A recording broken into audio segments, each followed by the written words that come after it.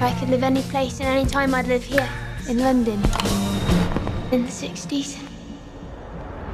Bonjour à toutes et tous, j'espère que vous allez bien. Il sera question aujourd'hui du film Last Night in Soho, le nouveau film de Edgar Wright. Alors petit focus sur Edgar Wright avant de parler plus dans les détails de Last Night in Soho, un film que j'ai bien apprécié, hein, je le dis tout de suite, c'est une vraie claque, une vraie révélation. Bon, là peut-être que je m'emporte, mais bref. Edgar Wright, donc un réalisateur que j'apprécie beaucoup. Alors c'est drôle puisqu'on parlait d'originalité, de créativité, d'univers, donc bien propre à soi avec Wes Anderson. Mais c'est vrai qu'Edgar Wright, en fait, sa spécialité, en fait, c'est d'emprunter ici et là, voilà, notamment à Romero, nous parlons sur sa trilogie Cornetto avec Shaun of the Dead, aux films d'action et aux polars sur Hot Fuzz, aux films de SF, d'action et d'horreur, donc sur le dernier pub avant la fin du monde. Voilà, donc mais c'est vrai qu'en fait lui il s'accapare, il emprunte ici et là, il s'inspire, il rend hommage, mais avec la créativité qu'il a, qu'il possède, avec tout son potentiel artistique et sa patte à lui et son univers et ses acteurs, parce que très souvent il reprend ses acteurs, que ce soit Nick Frost, Sigmund Pegg, etc. C'est les deux acolytes qu'il a dirigés sur l'ensemble de la trilogie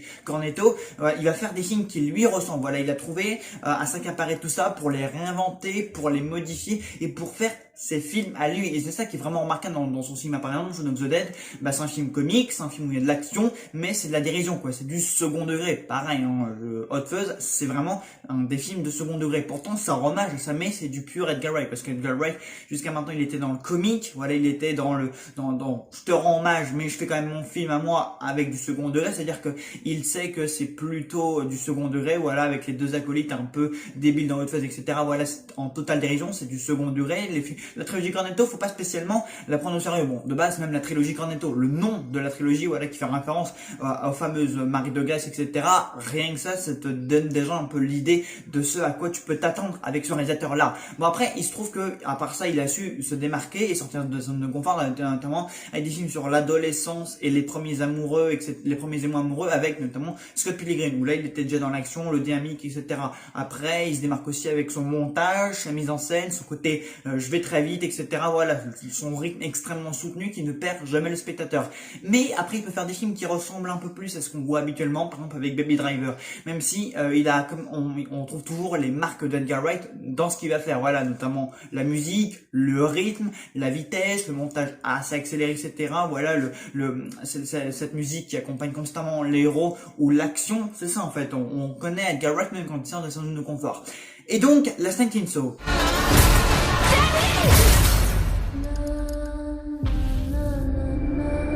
Alors avec Last Night in Soho, du coup c'est vrai que Edgar Wright donc du coup sort totalement de sa zone de confort.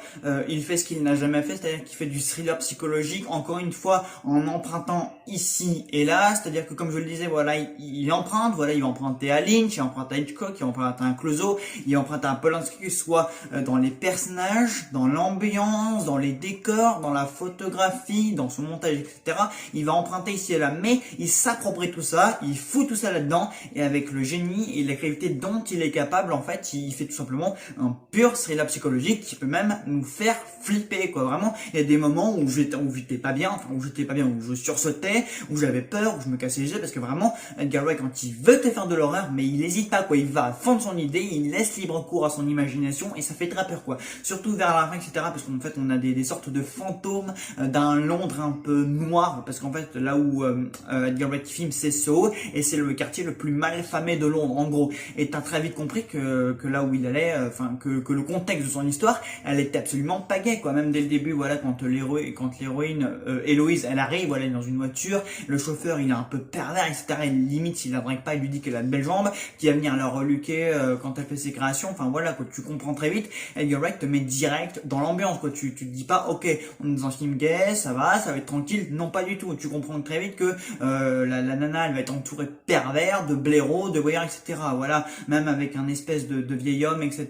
D'ailleurs, il y aura un retournement de situation, il y aura un cliffhanger à son propos. Et d'ailleurs, des retournements, il y en a plein. Edgar Wright sait très bien les mettre en scène et nous les servir. Voilà, c'est pas du tout des retournements comme ça en mode, bon allez, je te fous ça là, histoire de... Non, c'est vraiment des retournements qui sont justifiés, qui sont inattendus. Et là, on se dit, waouh, Ok, d'accord, c'est ça en fait que tu essayé de nous vendre depuis le début. Et ça marche très bien parce que Edgar Wright sait très bien écrire un scénario. C'est un auteur extrêmement talentueux et qui se contente pas de plagier un tel ou un tel pour faire un film, etc., etc. Non, là vraiment, il s'inspire, il prend ici et là, bon, surtout chez Lynch, hein, vraiment avec cette héroïne purement blonde qui rappelle Naomi Watts dans Mulholland Drive. Voilà, le fait qu'elle soit brune, même Matt Smith, il rappelle un petit peu Justin Theroux dans Mulholland Drive aussi. Enfin bref, il y a plein de références en tout genre. Voilà, même par exemple la chambre à louer que va prendre Eloise, du coup elle rappelle un petit peu dans sa côté le Bates Motel dans Psychose, ou même Vertigo, hein, la coupe vers les coupes de cheveux, même le styliste étant donné les costumes chez Hitchcock, etc. Enfin bref, il y a tout un tas de choses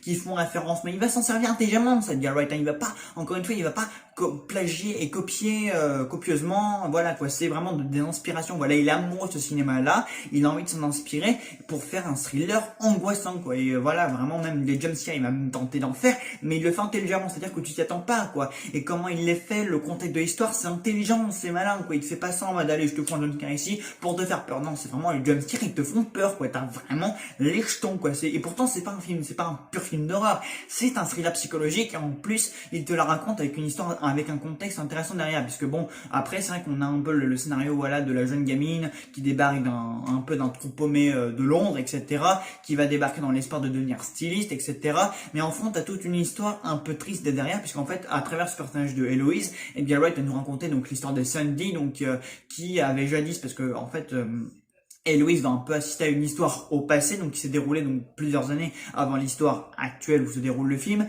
Et en gros, Edgar Wright nous racontait l'histoire de Sandy, voilà, donc qui a débarqué plein d'espoir dans une espèce de cabaret. Voilà, elle accoste un peu le personnage de Matt Smith, donc qui joue ici un pur salopard, hein, disons-le clairement. Et bon, après c'est vrai que j'espère en tout cas que beaucoup n'y verront pas un message féministe. Voilà, en mode la femme qui va être obligée de satisfaire entre parenthèses ses patrons pour pouvoir percer dans le milieu, parce qu'en fait c'est un peu ça que nous raconte Edgar Wright, voilà, c'est les femmes ici qui sont victimes entre parenthèses des hommes pour pouvoir percer quoi. En gros, et c'est ça que va lui dire le personnage de Matt Smith à un moment donné à Sandy quoi. C'est pour réussir, tu dois satisfaire ces messieurs quoi. Et satisfaire, on sait très bien ce que ça veut dire. Donc l'histoire que Edgar Wright raconte ici, clairement, il a jamais raconté. C'est tout nouveau, c'est inédit et il la raconte très bien quoi. C'est un sujet assez bon, pas tabou, mais c'est un sujet assez dur, assez profond. Voilà, comment les femmes peuvent-elles réussir dans ce milieu-là quoi. Bah très clairement, elles sont obligées de faire ça et ça. Et d'ailleurs dans une scène très remarquable, bien filmée, bien montée, avec des couleurs rouges, full comme ça. Voilà, on a le personnage de Sandy, voilà, qui parcourt un peu les couloirs du cabaret, etc. Et dans diverses pièces, voilà, on va voir tout simplement des femmes qui sont obligées de coucher avec des grands patrons de cabaret ou autres, enfin des grands patrons, des grands chefs d'entreprise, quoi, et pour percer dans le milieu, quoi, pour avoir des auditions, etc. Et en fait, on va voir le milieu impitoyable, donc du milieu artistique, soit dans le milieu de la chanson, de la danse, etc. Et on va voir ça. Et Edgar Wright va très bien nous raconter cette histoire avec une photographie un peu angoissante, parce que l'ambiance du film elle est un peu anxiogène, même s'il y a des moments un peu détente, etc. Quand notamment Sandy, voilà, elle se ramène dans le cabaret la première fois, le truc il est assez grand, les décors sont majestueux, etc. Bon, encore une fois, il y a des scènes purement lynchiantes. Vraiment, ceux qui connaissent bien par exemple le Blue Velvet ou même Lost Highway, etc. Vraiment, on reconnaît vraiment l'ambiance. On reconnaît qu'il s'en est vraiment inspiré, même dans la robe qu'elle porte, dans les costumes, etc.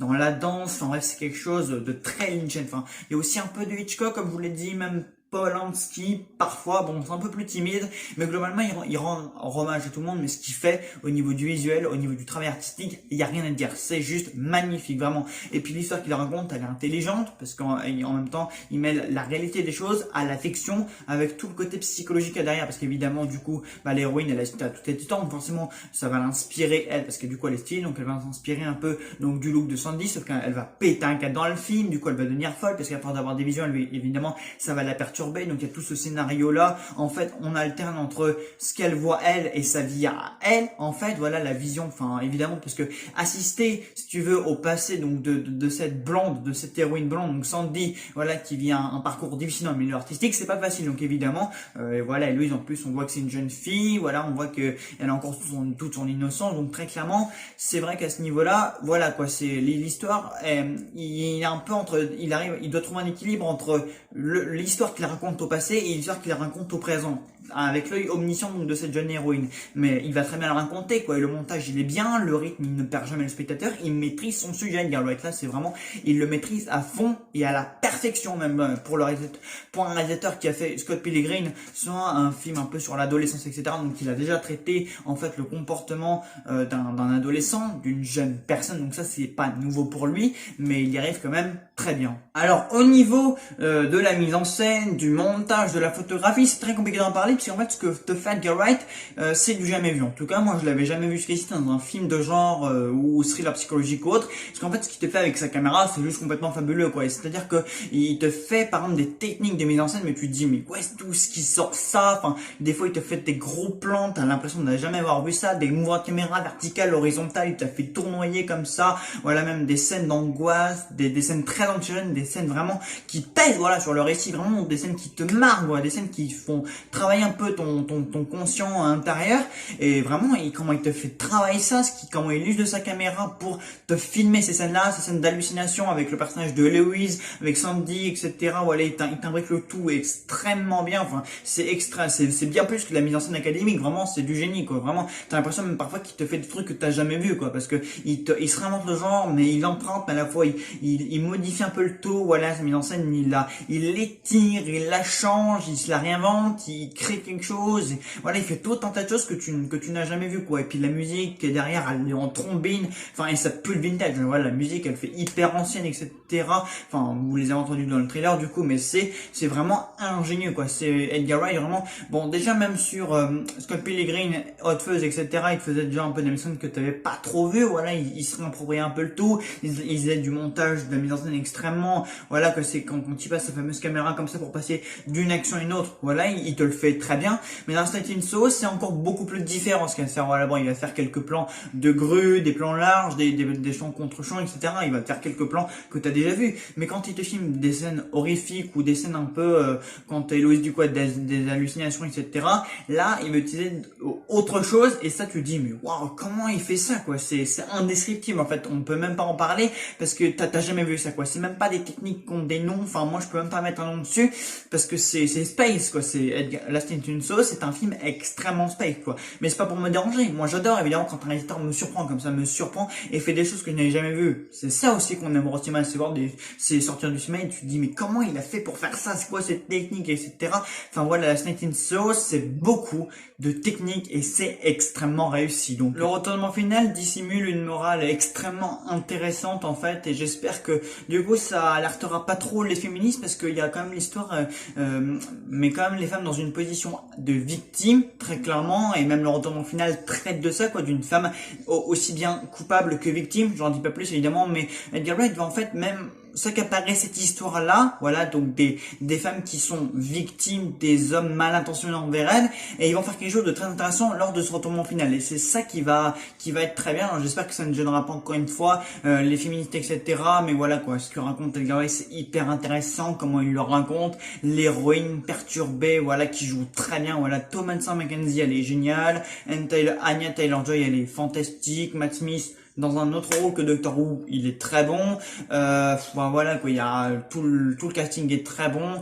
Edgar Wright, génie de metteur en scène. Enfin voilà, quoi, j'ai la Tintin Show, je recommande. C'est très grand, c'est très bon, c'est très original. Ça raconte une histoire sous une forme que vous n'avez sans doute jamais vue. Voilà ce que je dirais, parce que cette histoire-là, elle a déjà été racontée, mais pas comme ça. Voilà, il va s'accaparer cette histoire-là, cette thématique profonde, cette thématique pas tabou, mais qui est pas facile à raconter, et avec son génie et avec son style à lui, il va te raconter à sa façon et d'une manière aucunement académique, quoi, d'une manière aucunement fonctionnelle. Il fait tellement bien le boulot que ça passe crème, quoi. Et vraiment, quand il veut te faire peur, il te fait peur. Quand il veut te faire pressionner, il te fait pressionner.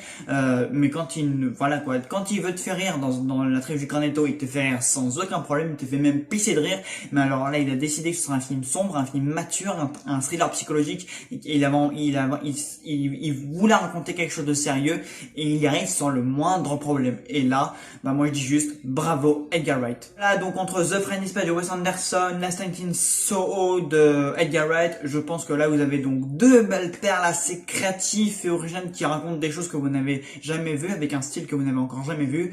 Donc, écoutez, j'espère que la vidéo vous aura plu, et puis, surtout, je vous incite fortement à aller voir donc ces deux films, et surtout Last Night in Soho, qui est une promesse en matière de thriller psychologique. Voilà, écoutez, j'espère que ça vous a plu, et moi, je vous dis à très vite dans une nouvelle vidéo. Salut à tous!